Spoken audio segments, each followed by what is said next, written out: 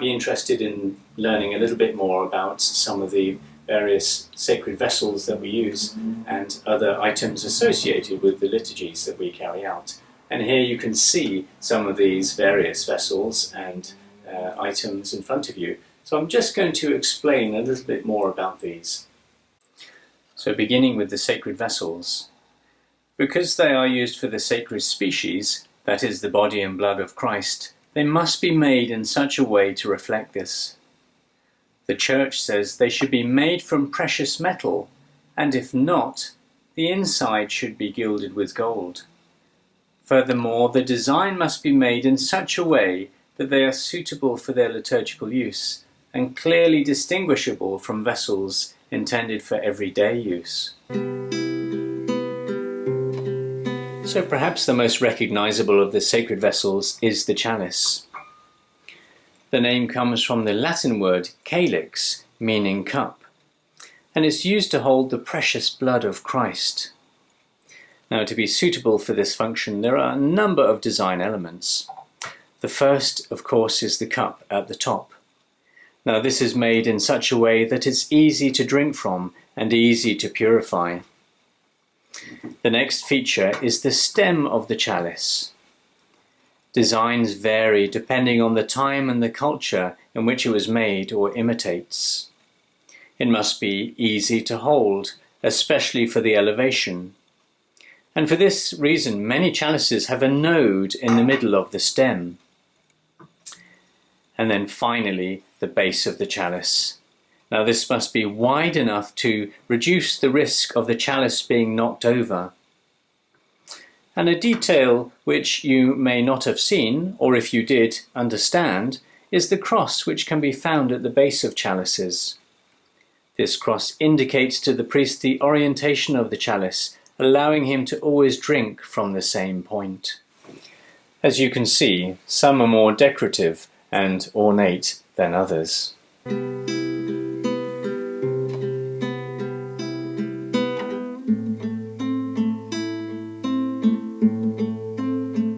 Another distinctive vessel, and the only other one necessary for the celebration of Mass, is the paten. Its name comes from the Latin word patina, meaning dish.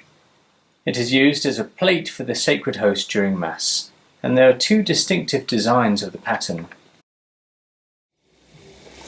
The first is the small plate, simple in design, used for the host that the priest uses, perhaps with a few others. The second is the bowl, which may be more decorative and is used to hold all the hosts consecrated at Mass with a large congregation. They are generally smooth inside to prevent particles of the sacred host from getting trapped.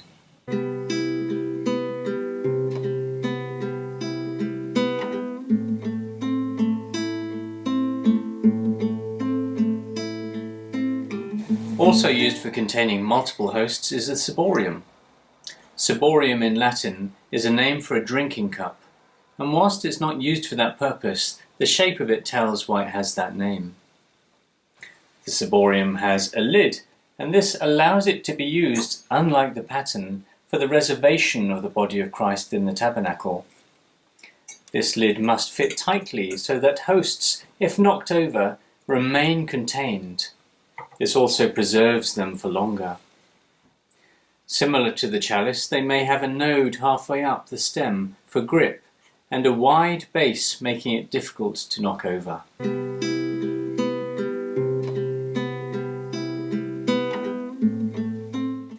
In some ways, a smaller version of the ciborium is the pyx. Pyx comes from the Latin word pyxis, the name for a small box which would carry medicine or toiletries. In a similar way, it carries a small number of hosts so that communion can be brought to the sick and the housebound. Because it is carried around, it has a tightly fitting lid or a small clip to prevent it from opening accidentally. There is often a small amount of decoration at the top.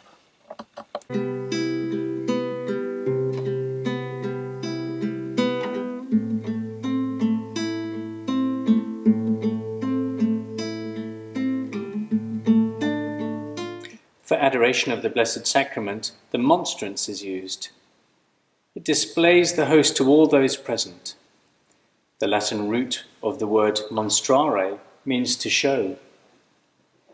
In other countries, it's known as the ostensory, combining from the Latin verb ostendere, meaning to expose, show or exhibit.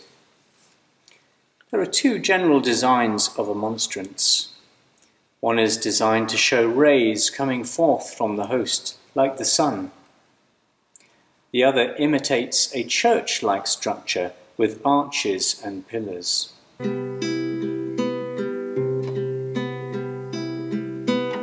host is held upright by a small metal receptacle called the lunette. It's named this way because of its crescent shape, like the moon.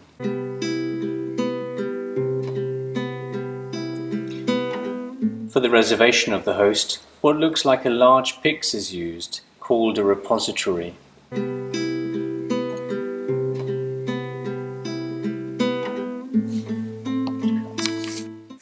A large host fits into this, and then it slides into place.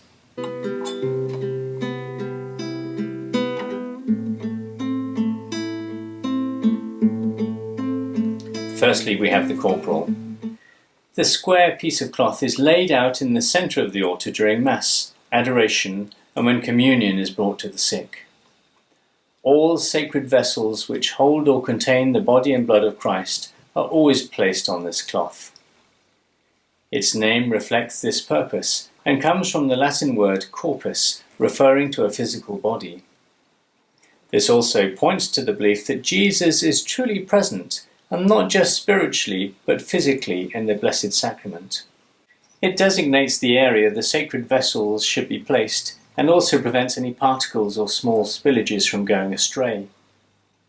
Because of this function, it's divided into 9 squares, and should be folded up in such a way that any stray particles are collected and contained within it, until it can be washed in the prescribed manner.